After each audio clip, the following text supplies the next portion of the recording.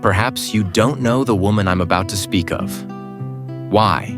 Because you never lived in that colony. And even if you did, there was no reason for you to notice her.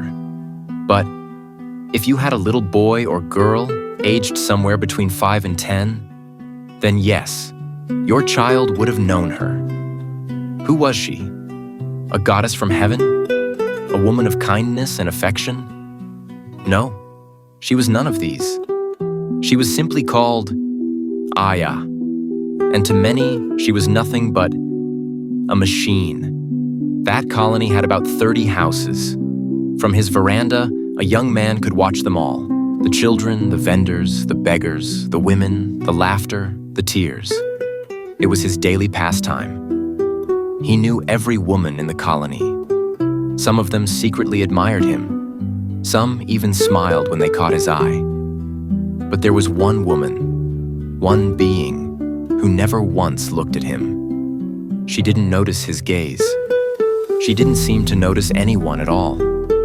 That was the 60-year-old woman, bent and wrinkled, with hair as white as cotton. Once, she must have been tall, but the weight of life had bent her down, and every morning when the clock struck 9, she would arrive. Her steps were hurried, her walk filled with urgency. Bala!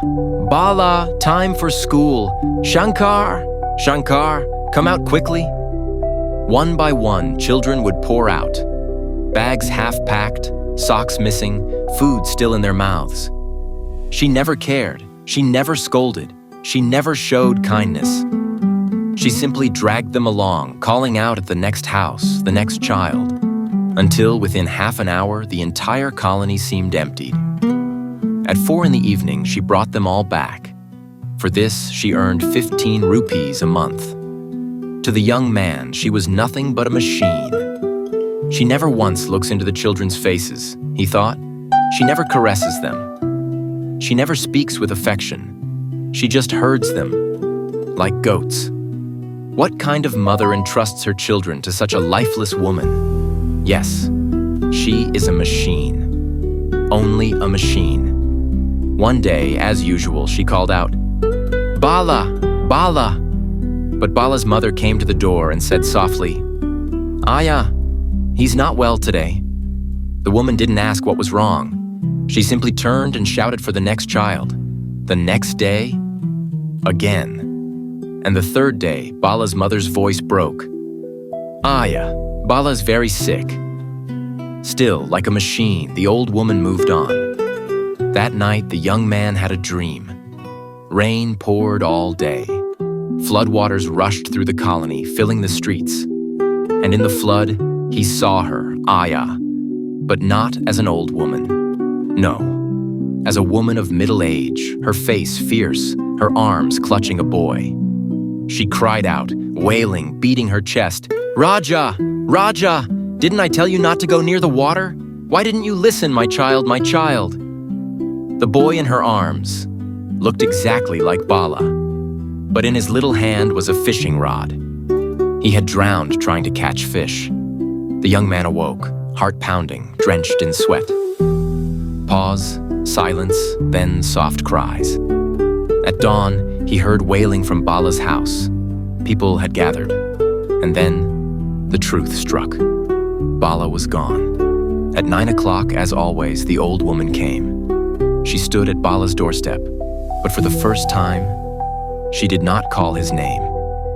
Bala's mother fell at her feet, crying, "Aya, our Bala is gone. Our Bala is gone." The woman stood there, motionless. Her lips trembled. And then, the clouds in her eyes broke.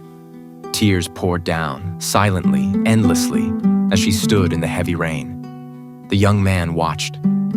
For the first time, he saw her eyes. Not the eyes of a machine, but the eyes of a mother. A mother who had once lost her own child and carried that grief silently every single day. His lips moved, whispering the words, "She is not a machine. Not a machine. Not a machine, friends." This story reminds us of something powerful. Behind the coldest faces may hide the deepest wounds. Behind silence may hide a storm of sorrow. Behind every machine, there beats a heart. This was Jayakanthan's The Machine. If this story touched you, share it with others. And don't forget to subscribe for more stories that reveal the hidden truths of life.